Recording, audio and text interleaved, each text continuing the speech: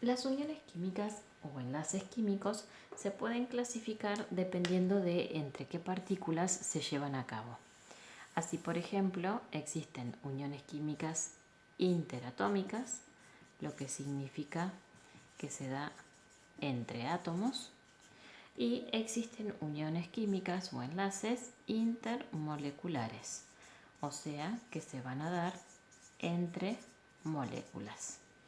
Bueno, nosotros fundamentalmente vamos a hacer un análisis de las uniones interatómicas, donde según las características de los átomos que se unen, podemos clasificarlas en tres grandes grupos: las uniones iónicas,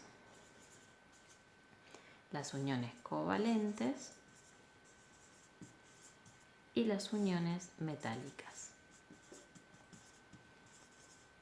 Bueno, vamos a describir brevemente las características de cada una y para que simplemente podamos saber de dónde surgen las intermoleculares, los compuestos cuyos átomos se unen mediante enlaces covalentes son los que forman moléculas y que por lo tanto sus moléculas son las que podrán llevar a cabo uniones del tipo intermoleculares entre sí.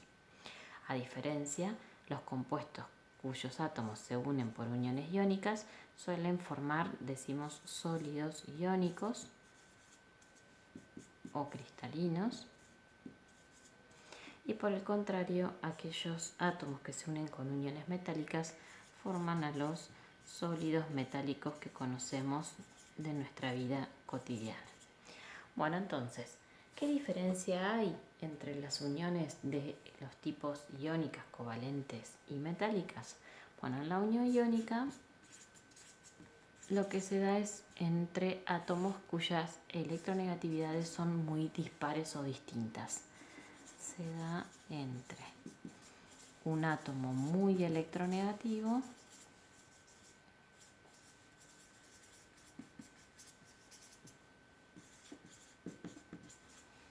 y otro poco electronegativo. La electronegatividad era una propiedad periódica que tenía que ver con la capacidad para atraer electrones. Entonces, cuando hablamos de átomos muy electronegativos, generalmente nos estamos refiriendo a los no metales en la tabla periódica, que tienen una alta capacidad para ganar electrones. En cambio, cuando hablamos de elementos poco electronegativos, estamos hablando de los metales, que tienen una baja capacidad para ganar electrones. Por lo tanto, ¿qué es lo que va a suceder? Bueno, lo que va a suceder en la unión iónica es que va a haber una transferencia de electrones. Eso es lo que la caracteriza. Esa transferencia de electrones va a ser desde el metal hacia el no metal.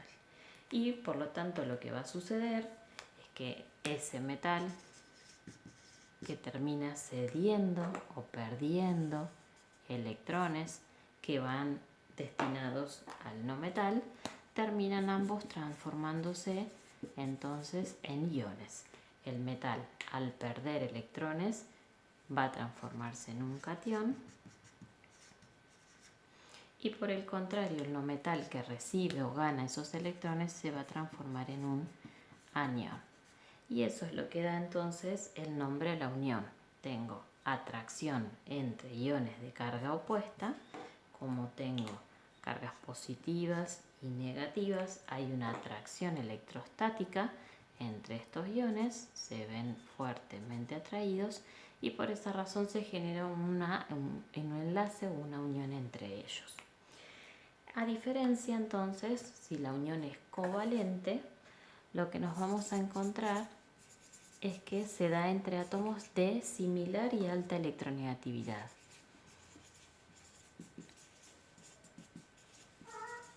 Eso sería, por ejemplo, si son altas electronegatividades, estamos hablando de no metales, de similar y alta electronegatividad. O sea que podemos decir que la unión covalente se da entre no metales.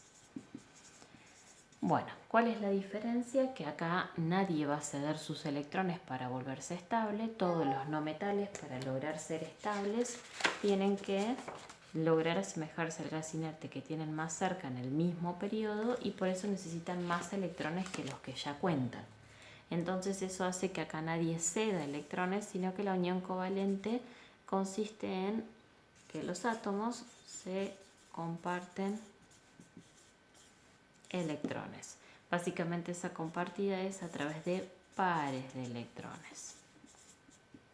¿Cómo se forma ese par? Bueno, el par compartido está formado por un electrón de cada átomo que participa en la unión. Cuando hablamos de una unión covalente común, un electrón de cada átomo forma el par compartido. Por ejemplo, si yo tuviese un átomo de cloro y un átomo de hidrógeno, bueno, lo que hacen es, el cloro aporta un electrón, el hidrógeno aporta otro electrón y entre los dos se forma un par que van a usar ambos a la hora de buscar volverse estable. Si hacemos un análisis, el hidrógeno quiere asemejarse al helio, que es el gas inerte que tiene más cerca en la tabla y por lo tanto necesita un electrón más que el que ya cuenta, y el cloro quiere asemejarse al argón, que es el gas inerte que tiene al lado en la tabla, por lo tanto también necesita un electrón más que los que ya tiene para ser estable. Entonces, si entre cloro e hidrógeno hacen como una especie de pacto y cada uno pone uno de sus electrones y lo comparte con el otro, ambos logran la estabilidad. Por eso se habla de pares de electrones compartidos.